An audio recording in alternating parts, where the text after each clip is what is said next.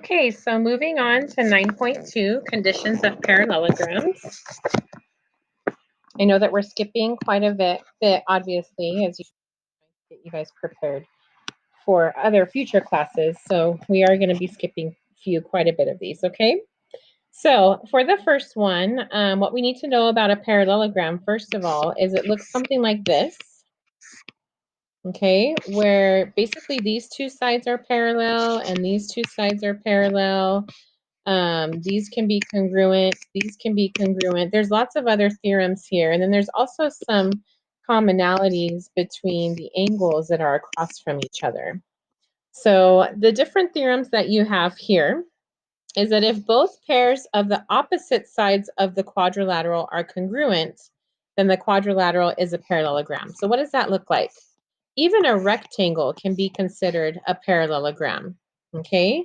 This is saying that if the opposite sides of a quadrilateral are congruent, so this and this is an opposite side, and this side is an opposite side. So this quadrilateral is a parallelogram. Let's look at the next bullet here.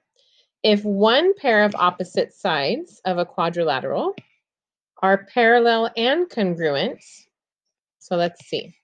Let's look at this type of a shape. So the opposite sides are parallel, which again is written by this little arrow thing.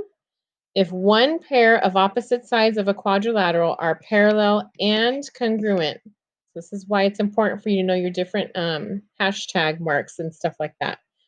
Then the quadrilateral is a parallelogram.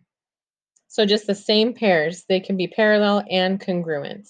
Then it's a parallelogram. If both pairs of opposite angles of a quadrilateral are congruent. If both pairs of, let's see, opposite angles. So when you're comparing opposite here, opposite, remember again, is all the way across on the opposite side. So that one would be congruent, and these ones would be congruent. Then that means it's a parallelogram. Last piece, which is usually the one, I don't know, for some reason is usually forgotten about. If the diagonals of a quadrilateral bisect each other, then it's a quadrilateral, or it's a parallelogram. So the diagonals, a diagonal line is going from one corner of the quadrilateral to the other. So here they are. Oh, pretend like that actually touched. I wish I knew how to delete on purpose. Let me try that again. Here's my drawing, okay? Here's one diagonal, and here's the other diagonal. They bisect each other, so they have to bisect each other, which means these two would be congruent, and this section would be congruent as well. So then if you have the bisected information, then that also proves that you have a parallelogram.